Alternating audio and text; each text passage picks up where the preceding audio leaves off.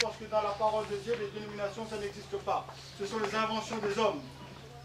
Dans l'église, dans la parole de Dieu, nous voyons l'église locale. L'église de Corinthe, l'église d'Éphèse, l'église de Thessalonique. Mais il n'y a pas de dénomination spéciale. Vous voyez? Donc ce matin, la parole de Dieu dit que les ministères ont été donnés pour le perfectionnement des saints. Les apôtres, les prophètes, les évangélistes, les docteurs, les pasteurs, tous ces ministères ont été donnés pour le perfectionnement des saints, afin que les saints puissent être rendus capables pour exercer le ministère, et que leur ministère serve à l'édification du corps de Christ, afin que nous puissions former ce solide assemblage, et que nous puissions arriver à l'unité de la foi.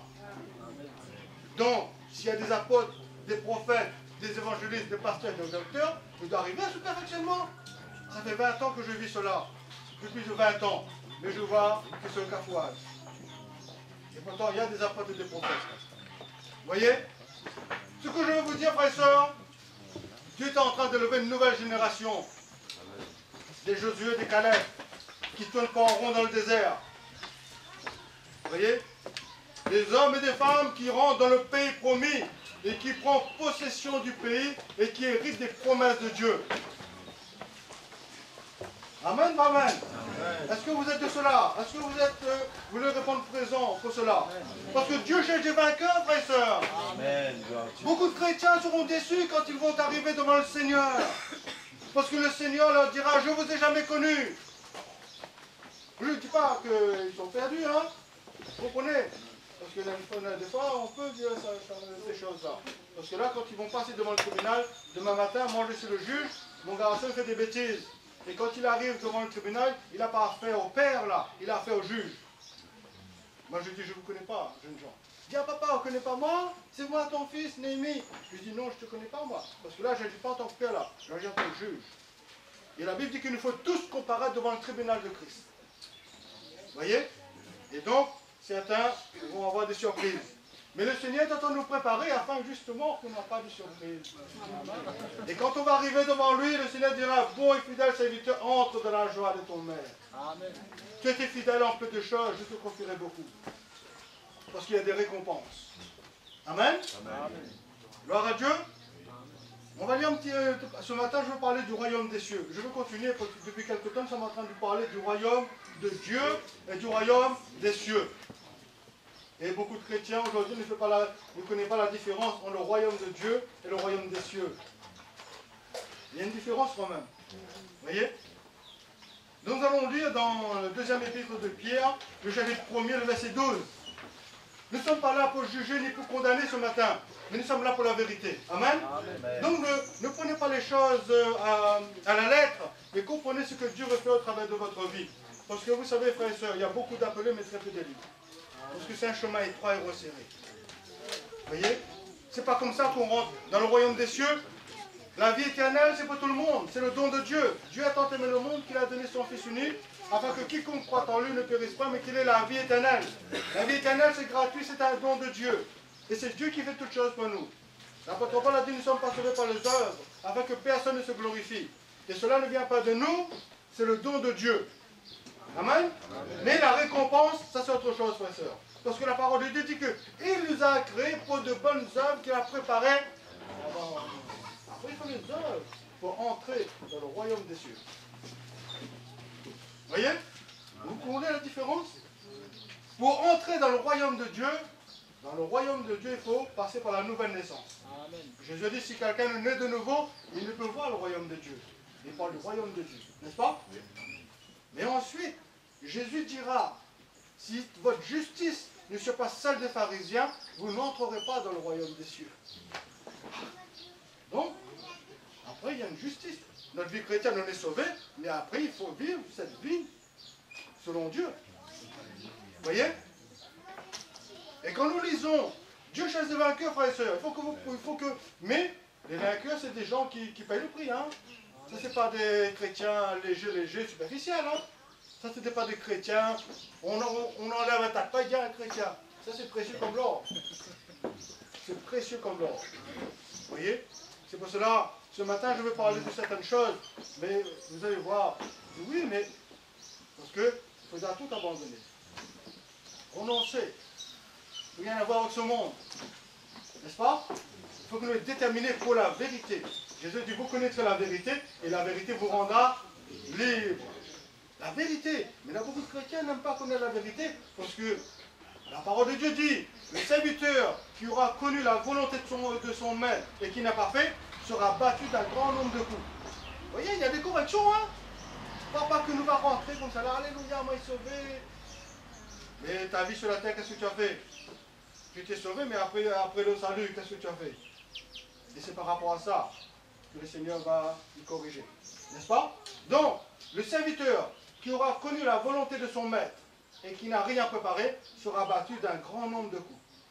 Le serviteur qui a fait des choses qui méritent le châtiment, mais qui n'était pas éclairé, sera battu de peu de coups.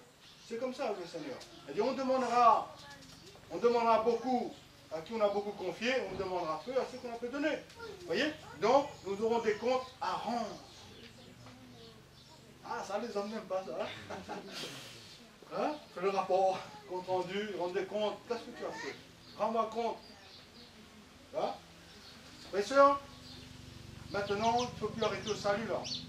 Nous ne sommes plus au salut là. Nous savons que nous sommes sauvés. Par notre nouvelle naissance.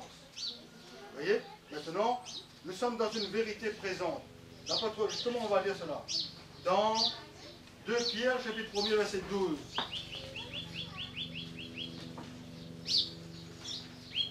C'est bon? Gloire à Dieu. Donc il dit, Pierre dit, donc deuxième épître de Pierre, le chapitre 1er, verset 12.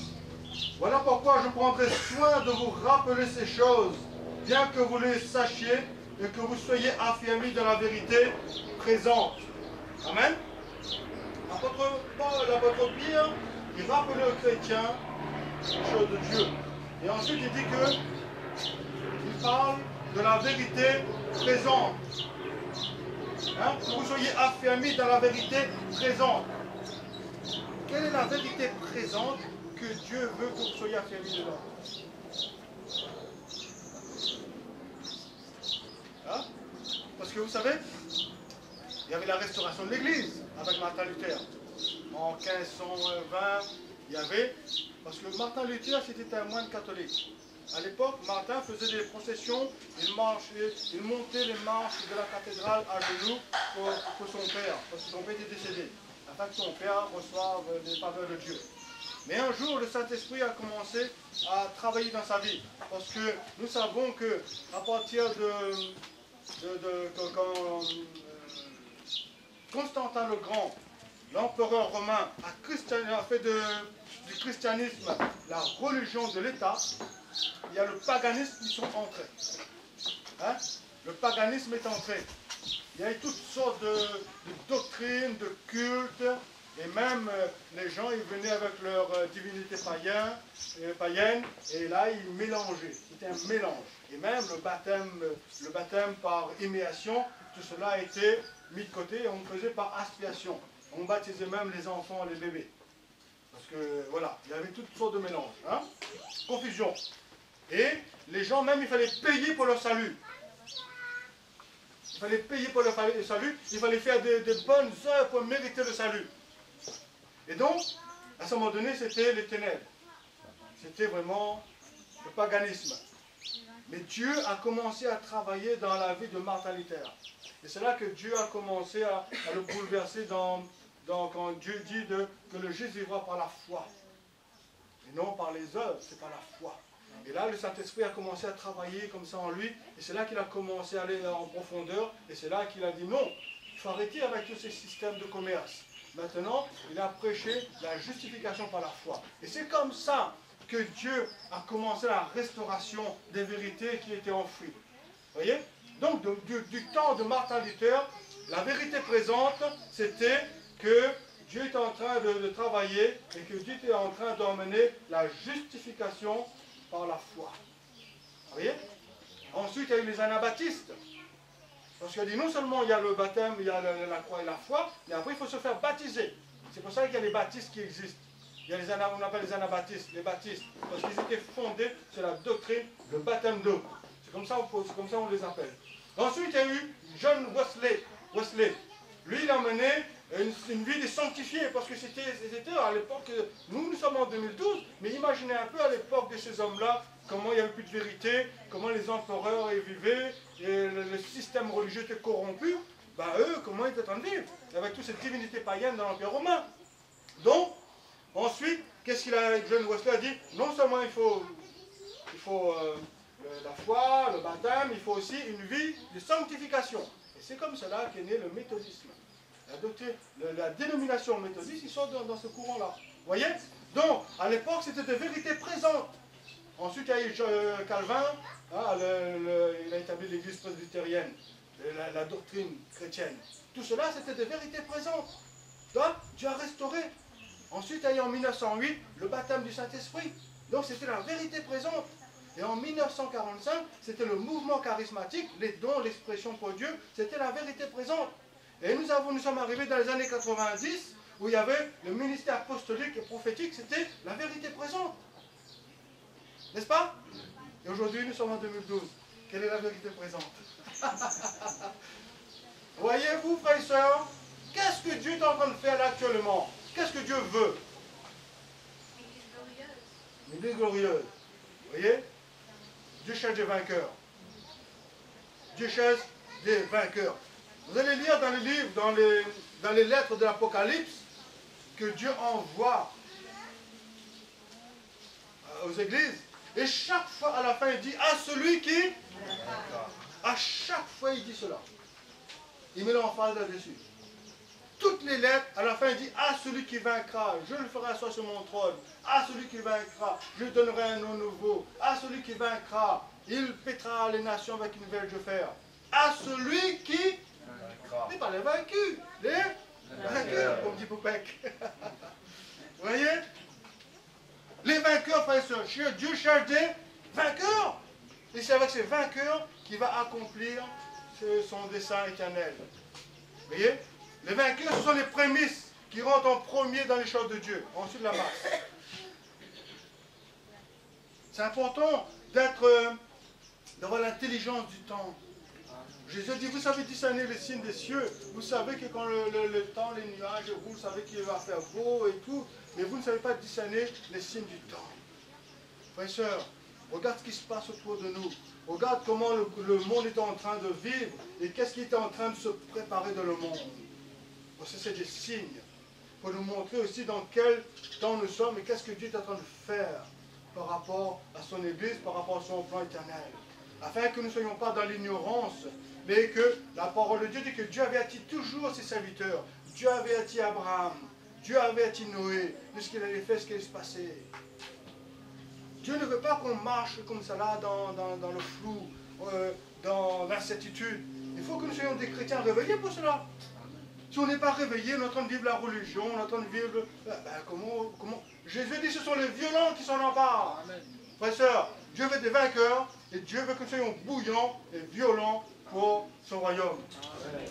Sinon, on ne peut rien faire. Vous voyez? Donc, depuis quelque temps, nous sommes en train de parler du royaume des cieux.